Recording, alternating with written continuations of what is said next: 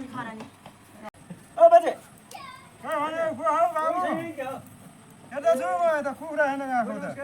नमस्ते चिरञ्जीवी भाइ बाबु सन्चै हुनुहुन्छ ठिक छु अहिले भगवान्को आशीर्वादले एकदम ठिक छ राजको छोरा हो म त विष्णुपुरको छोरा हो नि हो र ए मामला बस्नु छ एकदम ठिक छ हजुर सन्चै हुनुहुन्छ ए ठिक छ बा के कति कालले पाल्यो म 5 वर्ष अगाडि आएको थिएँ हजुर ए हजुर अब के अनि बुढो बुढेसकाल लाग्यो हजुर अरे बाबा आउनु जेठो हो कि हो र हो त ए ल बेसरी बुढो ए मैले हातमा सानो काम थियो बाजे भन त बा के हो कि मैले त गर बिग्रेर अलि आँखा देख्दिनँ खासै अलिअलि गर्छु यता हिँड्नु यता बस्नु पऱ्यो यसो बस्नुहोस् त घरमा कोही छैन नि एउटा छोरी आइछ छोरीले त भित्र बाहिर गरिन्छ यता बसौँ यत्रै न नबसौँ है त हजुर हजुर ल ल ए यी केटाकेटी नाति नातिना आएछन् क्या हिजो छोरी नाति नातिना आएछन् पानी खान्छ हो भर्खर खाएर आएको पानी खान्छ यिनै केटाकेटी छोरीको धेरै छोराछोरी क्या धेरै छोरीछोरी बोकेर आयो कि फगिन आएछ अलिक केयर गर्नु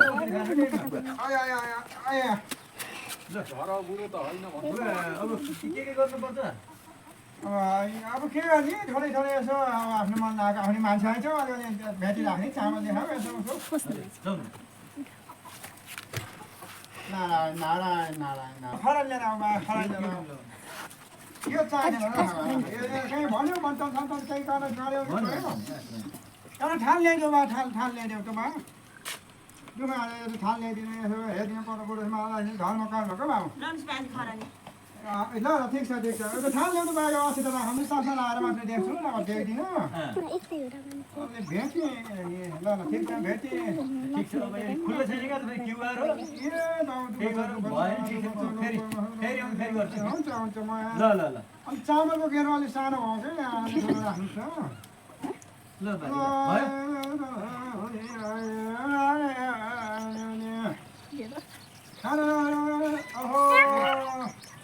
यहाँ त धेरै हेर्नै परेन त मलाई यो त ठ्याक्कै यसो तपाईँलाई रिसाल लाएर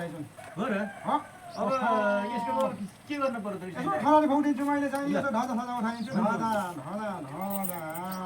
धजा सक्यो बाबु लिएर आएको छौ धजा सक्यो त ल तिमी चाहिँ यही पुलले उठाए पनि हुन्छ अब खरानी यसो खुवाउदिन्छु बा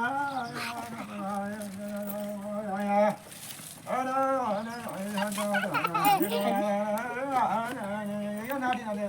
हिजो नानी डान्टी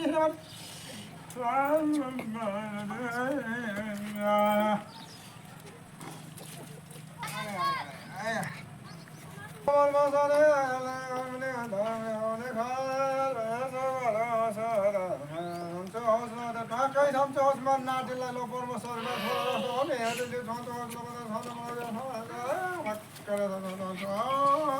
भोलिको भोलि झन्को हौसला बनोस् अनि बाबु केही खान्छ त भयो नमस्ते म गएँ है त अनि गइहाल्ने त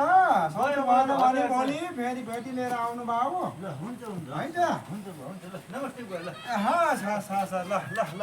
केही खाने जान्छ कि ल बाबु यो अझ यसो स्याहार पारिदिनु त